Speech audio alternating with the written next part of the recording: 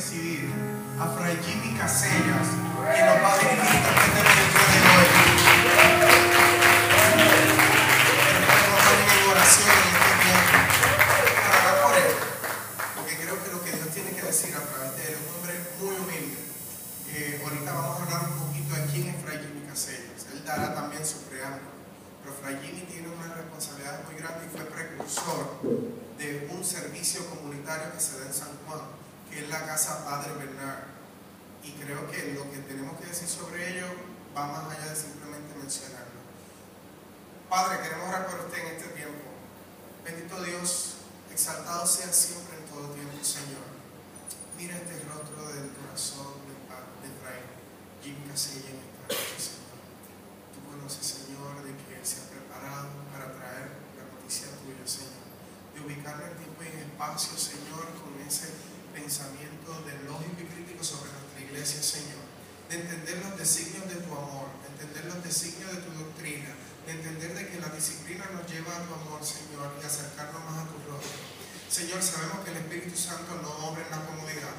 Reconocemos, Señor, de que tú tienes palabra de vida, pero hay que hacer trancazos en nuestra vida, Señor.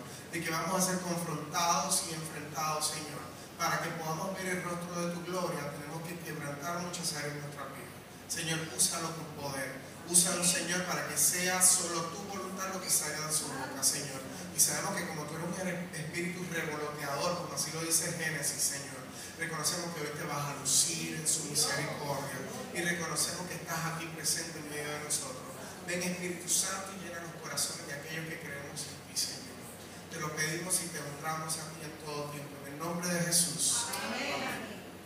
Bienvenido, Padre. Un aplauso al Padre.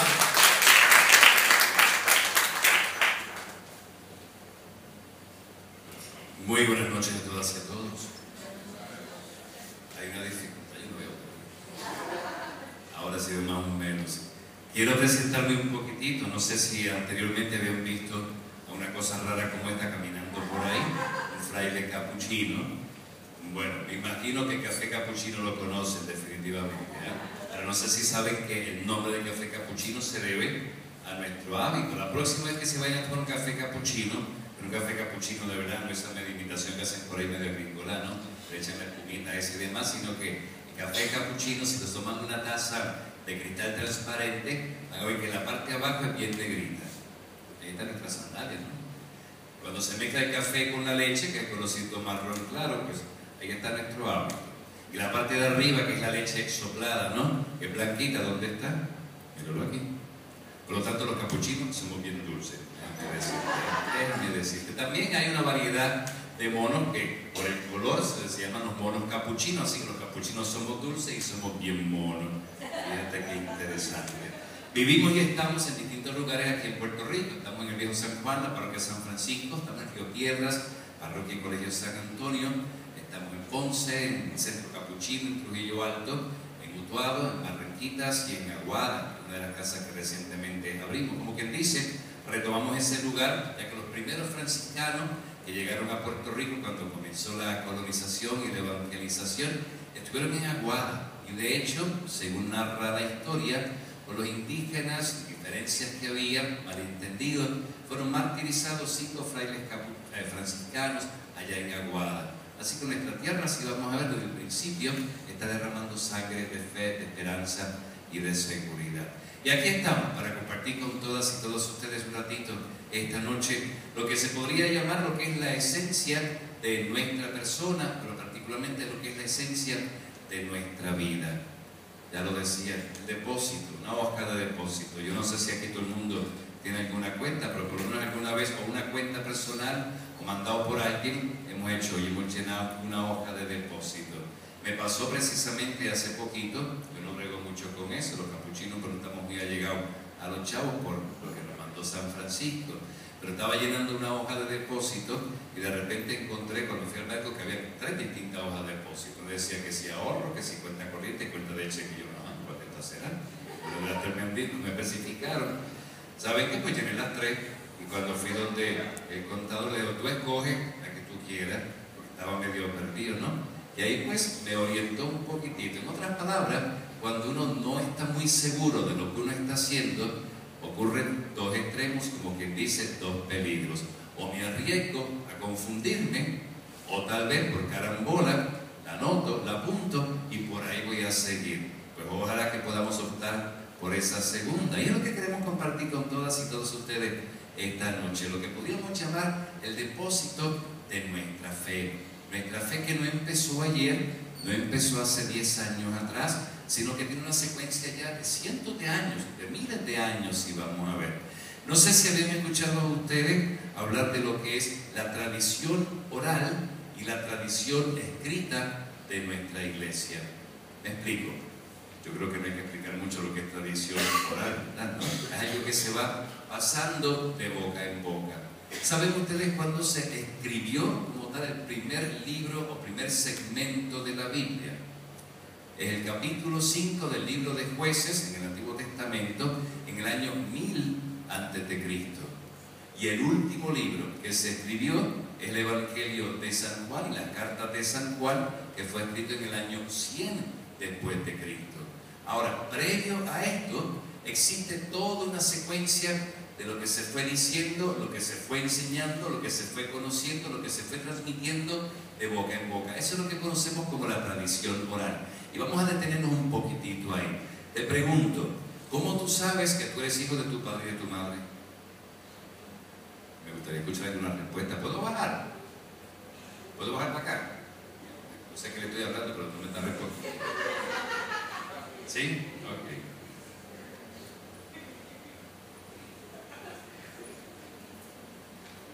Ahí está mejor. Los capuchinos siempre estamos cerca de la gente, por eso me sentía medio perdido allá. ¿Cómo tú sabes que tu padre y tu madre son tal? Y no es una pregunta retórica. ¿Cómo tú sabes que tu padre y tu madre son tal? ¿Ese es tu nene? ¿Cómo tú sabes que es tu hijo? ¿Eh? ¿Tú se lo dijiste? Él dijo, sí, mami, te creo. Perfecto. ¿Cómo sabemos que nuestro padre y nuestra madre son tal? Por una parte podríamos decir el físico, pero hoy día hay tantas formas, no tantas cirugías como quien dice, para parecernos. De hecho, yo me parezco más a un tío mío que a mi papá, para decirles la verdad, ¿no? Y a veces me confunden. Mi sobrino, mi único sobrino, parece más hijo mío que de mi hermana.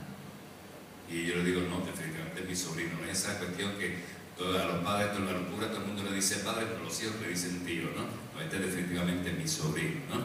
Que estoy hablando. Pero ¿cómo sabemos de estas diferencias que hay, estos parecidos físicos? Más o menos uno puede establecer que sí, que es la idea de por qué aseguro que es mi padre o mi madre. Tú mencionabas estas pruebas modernas, ADN, todos estos procesos científicos y químicos que hay, pero con todo eso se puede alterar de alguna manera, ¿no? Se puede manipular. ¿Cómo tú sabes que tu padre y tu madre son tal? En cierta manera, por la fe por un lado, pero un poquitito más allá, porque una respuesta bien tonta y bien sencilla. Por una parte es porque sí, punto y se acabó, porque sí, porque siento algo especialísimo por esa persona. Y mira para allá, qué bien, mira para allá, qué bien, qué bueno verte. En cierta manera, porque hay un algo que me está diciendo interiormente que ese señor, que esa señora son mi padre y mi madre, porque algo especial están transmitiendo a mi corazón, a mi persona y en mi desarrollo. Que tristemente en muchas cosas, muchas situaciones, en muchas circunstancias, es donde un hijo o una hija descubre como que el padre y la madre no están haciendo tal labor por la misma razón que no siente ese algo en su interior. Más o menos por ahí es que vamos a caminar un poquitito. Eso es lo que podríamos llamar la tradición oral de nuestra iglesia. No hay un documento como tal que diga en tal circunstancia, en tal ocasión, habiendo este escenario, comenzó la vida, comenzó la iglesia. Vamos a mirar un poquitito más con detalle. Vamos al mismísimo principio de la Sagrada Escritura, de la Biblia. El primer libro, el Génesis, primer capítulo, que dice: en el principio existía el caos y el Espíritu de Dios revoloteaba sobre las aguas. Con esa parte vamos a quedarnos nada más. Se dice que había caos. ¿Qué está implicando eso?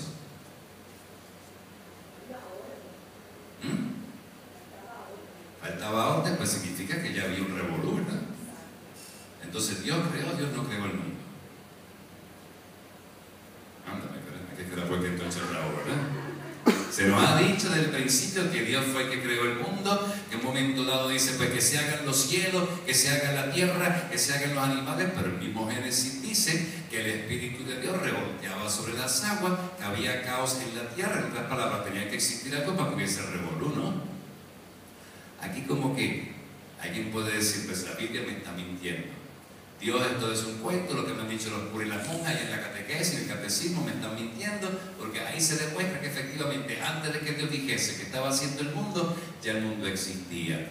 La Biblia, y particularmente estos primeros libros de la Biblia, lo que arrancan y traen y llevan por fin y se plasman por escrito, es toda esta tradición oral, toda esta enseñanza, toda esta revelación que Dios fue dando a los hombres, a las mujeres, a las personas, que fueron ellos compartiendo, enseñando y educando, y luego se fue pasando de boca en boca. Aquí no estamos hablando de la coma, por supuesto, no estamos hablando de chisme, estamos hablando de una verdad que se le fue dada a una persona y esta lo comenzó a enseñar y los demás comenzaron a aprender y lo comenzaron a enseñar. Ahora, ¿qué sucede? Y aquí sí voy a hacer un poquito de favor a la Comay. Cuando un chisme comienza, si ahora mismo para tu nombre, Giovanna, si ahora mismo yo le digo a Giovanna que si cualquier cosa, me imagino que este ejercicio lo habrán hecho en un montón de lugares, que comienza a pasar en secreto eso que le dije a Giovanna. El último que está allá atrás, ¿cuál es tu nombre? ¿Aló? Buenos días, buenas noches. Alex. Alex. Ok, cuando llegue a Alex, puede que está completamente equivocado o exagerado lo que le dije a Giovanna, ¿no? ¿Fue intención de Alex el recibir, como quien dice, o exagerarlo? Bueno, quién sabe, si es amigo de la Comay puede que sea que sí, pero como va sucediendo, se va añadiendo, se va amplificando, se va adornando, como quien dice, ¿no?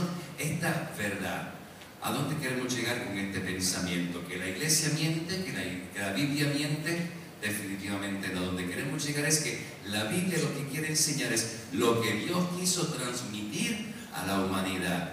A Dios le interesó seguir una secuencia de 24 horas, 7 días, una semana, que terminó descansando, se fue para el Indo, algo por el estilo. La Biblia no interesa presentar esos detalles mínimos, como quien dice, científicos.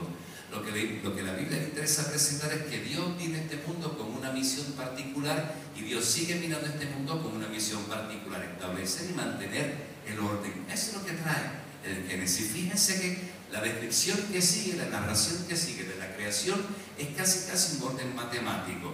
Dijo Dios, surgió, vio Dios que era bueno, terminó el día 1. Día 2, dijo Dios, surgió, vio que era bueno, terminó el día. Es casi repite un orden matemático, ¿no? No sé si se habían detenido a pensar en eso.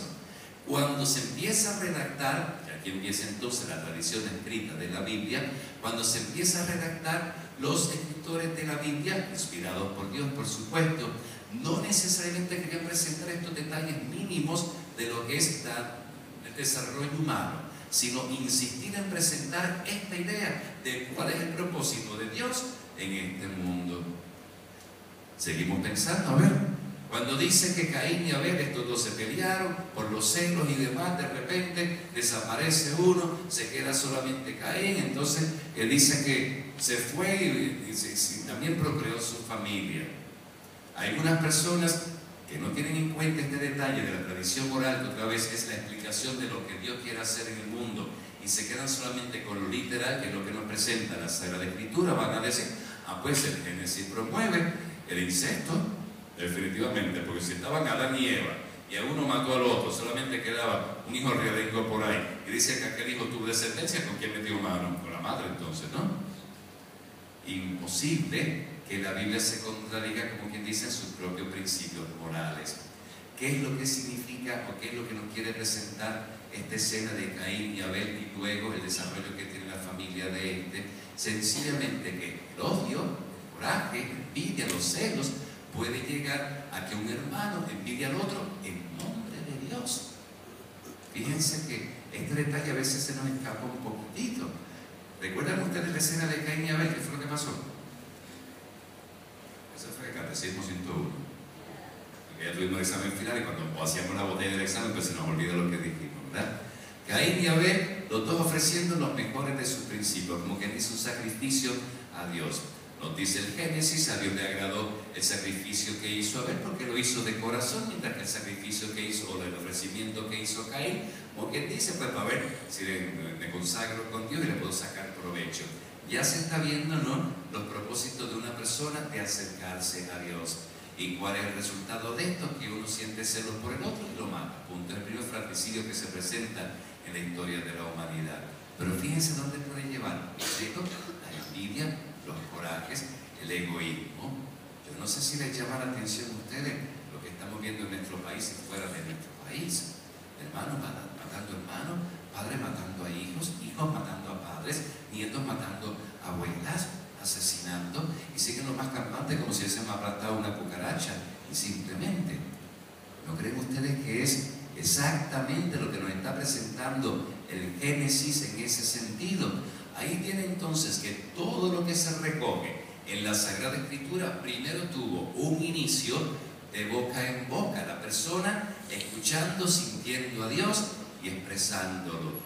Algo básicamente como está sucediendo aquí esta noche, que yo me siento, yo no sé tú, pero me siento aquí en el cielo, me siento en el paraíso, ¿no? Los pies finalmente en la tierra, pero me siento en el cielo, con esta música que empezó aquí, con el ruido ese, escuchándolo ustedes acá, yo me siento en el cielo, y si el cielo es así, yo quiero llegar esta noche al cielo, definitivamente, ¿no? Definitivamente.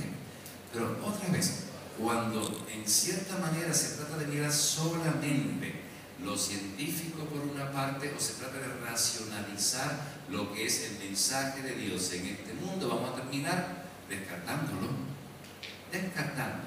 Porque otra vez, ¿a quién le interesa en este momento dado de la historia amar a quien tiene a su lado sin miramientos? ¿A quién le interesa? Tristemente, la gran mayoría de las personas ama y quiere por interés, porque te puedo sacar algo, porque me está gustando, porque no sé qué razón puede haber para hacerme amigo o amiga tuya, o quererte o amarte. Cuando la Sagrada Escritura, ¿qué es lo que nos dice? Amar a Dios sobre todas las cosas y al prójimo como te amas a ti mismo o a ti misma. Hoy día como que eso suena ridículo, como que suena tonto, como que suena para aquellos que tal vez no tienen los dedos de frente. Debería ser todo lo contrario. Si ese ha sido el resumen que hizo el mismo Jesucristo de todo lo que es el Antiguo Testamento y todo lo que Dios quiso hacer en la humanidad, no lo hizo porque sí, y no lo hizo simple y sencillamente por presentar unas palabras lindas, sino que ahí está el centro y el sentido de todo lo que es esta tradición que se ha ido recogiendo a través de los tiempos y que nosotros llamamos ahora el depósito de nuestra fe. ¿Qué significa esto? Que no pueden mirar la Sagrada Escritura de una forma literal. Les demuestro lo siguiente. Si tuviésemos, o si la forma de vivir, entender la Sagrada Escritura y llevarla a la práctica fuese literalmente, tomando palabra por palabra lo que está diciendo, aquí tenemos que ver un montón de mancos, un montón de tuertos y un montón de cojos. ¿Por qué digo esto? En un momento dado, Jesucristo dice en el Evangelio: si tu ojo te hace pecar, arráncatelo. Si es tu mano la que te hace pecar, arráncala y tírala. Si es tu pie lo que te hace pecar, arráncalo y tírala. Menos mal que se quedó en esa parte, ¿no? Mano, ojo y pie, porque si siguiera detallando, pues ya saben ustedes por dónde se llegaría, ¿no? Pero yo no veo ni manco, ni tuerto, ni cojo por ahí. Si alguien te viera mencionar que la Biblia hay que tomarla literalmente, preséntale ese detalle. ¿Qué es lo que quiere decir Jesucristo? Aquí viene otro elemento que tenemos que tomar en cuenta en nuestra vida y en nuestra participación de nuestra fe. Es lo que se conoce como el magisterio de la Iglesia. ¿Qué es esto? Lo que se ha venido estudiando, enseñando, comprendiendo, analizando y enseñando. Ese es el magisterio, ¿no? De ahí que se escogieron unos libros que son los que se contienen hoy día en la Sagrada Escritura. No sé si han escuchado ustedes de los evangelios apócrifos. ¿Qué son estos? Escritos del apóstol Santiago, hay un evangelio de la Virgen, hay un evangelio de San Pedro. Son escritos que contienen más o menos ideas de Jesucristo, pero que se exagera demasiado o que se queda superficial. Les presento un ejemplo del llamado evangelio de Santiago.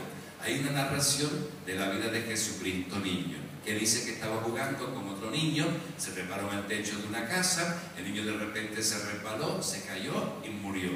viene el padre de ese niño a reclamarle a San José que fue el mismísimo Jesucristo niño quien empujó a su hijo, que lo quiso matar, que el niño murió, bla, bla, bla, bla, bla, bla.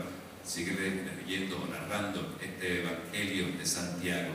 Dice San José que el mismo, dice el Evangelio que el niño Jesús le dijo a San José: no, venga, yo le voy a demostrar que ese niño fue que se accidentó. Fue donde estaba el niño todavía esparramado allí, esparramado muerto. Y dice el Evangelio de Santiago que Jesucristo niño resucitó a aquel niño, le dijo: yo me caí, no fue que me empujó, voy a morir. Eso mismo, si esa es la reacción que uno tiene, ¿no? Pero de estos evangelios apócrifos obtenemos alguna información que se va añadiendo a todo lo que la tradición oral de la Iglesia y la tradición escrita nos ha presentado. Un ejemplo: ¿cómo sabemos los nombres de los papás de la Santísima Virgen, que son Joaquín y Ana? ¿Cómo sabemos los nombres de esos? En ninguna parte de la Biblia aparecen los nombres de Joaquín y Ana. Otra vez nos están engañando, la Iglesia se está inventando algunas cosas. Sale precisamente de los evangelios apócrifos, pero pudieron haberse llamado Jenny y Georgie, se pudieron haber llamado Petra y Pablo. Un nombre, por lo menos en estos tiempos, no significa mucho. En aquel entonces sí tenía su significado, pero el que diga: me están engañando porque en ningún lugar de la Biblia aparecen los nombres de Joaquín y Ana, y la Iglesia hasta lo celebra, y hasta alguien me está aquí de Adjunta. Los patrones de Adjunta son precisamente San Joaquín y Santa Ana, patrones de la parroquia y del pueblo. Pero ¿qué significa esto? La tradición oral que nos ha dicho que efectivamente los nombres de aquellos dos eran Joaquín y Ana. Repito, pueden haber sido cualquier nombre. Lo importante aquí es la dimensión humana de la Virgen, pero la dimensión humana también de Dios mismo, que tiene abuelos, y vamos a ver, que tiene familia. Eso es lo que quiere señalar y lo que quiere acentuar nuestra tradición en la Iglesia. Ese es el depósito de nuestra enseñanza y de nuestra fe. ¿Qué significa esto? Donde tenemos que seguir encontrando, reafirmando, evaluando lo que es nuestra participación de Dios como seres humanos, como cristianos y como partícipes de Dios y de la Iglesia. Precisamente en todo lo que nos presenta nuestra Iglesia, lo que ha proclamado a través de los siglos y lo que se ha escrito a través de la Sagrada Escritura, siempre tiene validez. Y la Sagrada Escritura, la palabra de Dios, siempre, pero que siempre es nueva, tiene sentido, tiene significado y es motivadora. Si no, ¿por qué están ustedes aquí esta noche? ¿Por qué están aquí esta noche? ¿Qué les motivó? ¿Una música? Puede ser. Lo que les está motivando a ustedes estar aquí esta noche es sentirse cada vez más abrazados al Señor y sentirse cada vez más llenos de que aquí estamos participando, si a pesar de todos los revoluciones que vivimos en nuestra historia, en nuestro país, en nuestra nación, a pesar de todos esos revoluciones, los que estamos aquí tenemos fe y confianza de que Dios no está abandonando esta creación. Al contrario, sigue insistiendo de hacer lo que hizo y lo que leemos en el Génesis. De dentro de este revolú que tenemos, dentro de este caos, seguir insistiendo en mantener el orden, el camino encaminado hacia la consecución de un amor perpetuo entre todas las personas, y por qué no, que podamos sentir aquí en la tierra un poco de lo que viviremos en la eternidad de los cielos, que es la eterna paz. Eso es lo que significa otra vez vivir una vida de fe y vivir una vida de confianza y una vida de seguridad aquí entre nosotros. Hay algunos y algunas que esto yo lo recomiendo con ahínco, de que piensan que para sacarle provecho a la Sagrada Escritura tengo que tener mucho conocimiento, mucha sabiduría, haber tomado no sé cuántos cursos de la Sagrada Escritura, de exégesis, de apologética, de bla bla bla bla bla bla.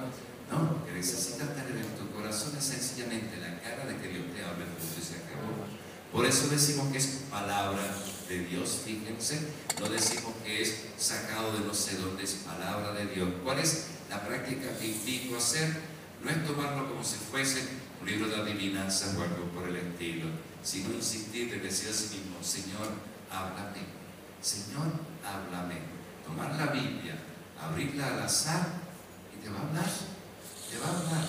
No te va a dar el número de la lotería, no te va a decir coge a la derecha, después a la izquierda para que llegue a donde quieres llegar. No, no estamos hablando de que esos medios modernos de comunicación o de lo que sea. Estamos hablando que Dios va a inspirar a que te sientas confiado y confiada a pesar de las circunstancias. Lo demuestro, en cierta manera, mejor dicho, lo comparto con ustedes. Ojo, ya me di cuenta, está bien. Concluyo, gracias. Yo trabajé por 12 años en el Viejo San Juan, en la iglesia de San Francisco del Viejo San Juan, y allá nos dimos de corazón, y aparte no, pero fue mi primera experiencia de párroco, el primer párroco puertorriqueño en 100 y pico de años de historia de esa parroquia, porque tengo que votar definitivamente por ser puertorriqueño, y el primero. Trabajé con AINCO, como a los 6 años estoy trabajando prácticamente 24/7, una mañana. Los señores que nos ayudaban a abrir la puerta y demás de la iglesia, un domingo, vienen desesperados corriendo. Padre, venga, corriendo. Yo no sé si conoce la iglesia San Francisco del Viejo San Juan, está en la misma calle San Francisco. Hay toda una pared que es a lo largo de la iglesia, que mide como unos, diría yo, 70 pies de largo, como por unos 12 o 13 pies de alto. Toda una muralla en la base de la iglesia, del templo. Pues a lo largo y ancho de esa pared habían escrito: mi nombre de verdad es largo y feo, me perdonan los tocayos o tocayas que puedan tener aquí. Mi nombre es Ramón Jaime, pero del Jaime, mi padre que son ciclistas, sacaron el Jimmy y me quedé con el Jimmy. Entonces, no, pero a lo largo y ancho de aquella pared estaba escrito: Ramón Jaime Casellas, ladrón. La otra palabra no se la puedo decir, estamos aquí en un ambiente serio, ¿no? Efectivamente. No la voy a decir, usted es adulto, ¿verdad? Abre los oídos al nene. Ok, mira, todavía. Decía así mismo: Ramón Jaime Casellas, ladrón y cabrón. Así decía. La gente escandalizada en la iglesia, yo les confieso, disimulamos un poquitito. No, olvídate eso, déjalo ahí, ni siquiera lo borre, que es como borrar la pizarra para que vuelvan a escribir. Pero les confieso que para mí adentro decía: ¿pero qué es esto? Yo llevo 6 años dejando el pellejo aquí, dejando sangre aquí, dedicándome a esto, a los deambulantes, dedicándome a la gente, incluso hasta descuidé mi salud, me dio un patatú de repente, como a los 4 años estar trabajando allí, pero a los 6 años todavía seguía con algo. Decía: Señor, oye querido, así es como tú aplaudes y agradeces la labor que uno está haciendo, así es como tú animas a uno. Y les confieso que dije: mira, recojo y me voy. Si esto es lo que significa trabajar para Dios, si esto es lo que significa trabajar para la gente. Y les confieso que en cierta manera descarté todo lo que había conocido, enseñado, predicado, casi lo eché a la basura. Todo el día estuve pensando, analizando, casi repito, mi conclusión fue que esta tarde, cuando termine la misa, cierro la puerta de la iglesia, me voy para casa y se acabó.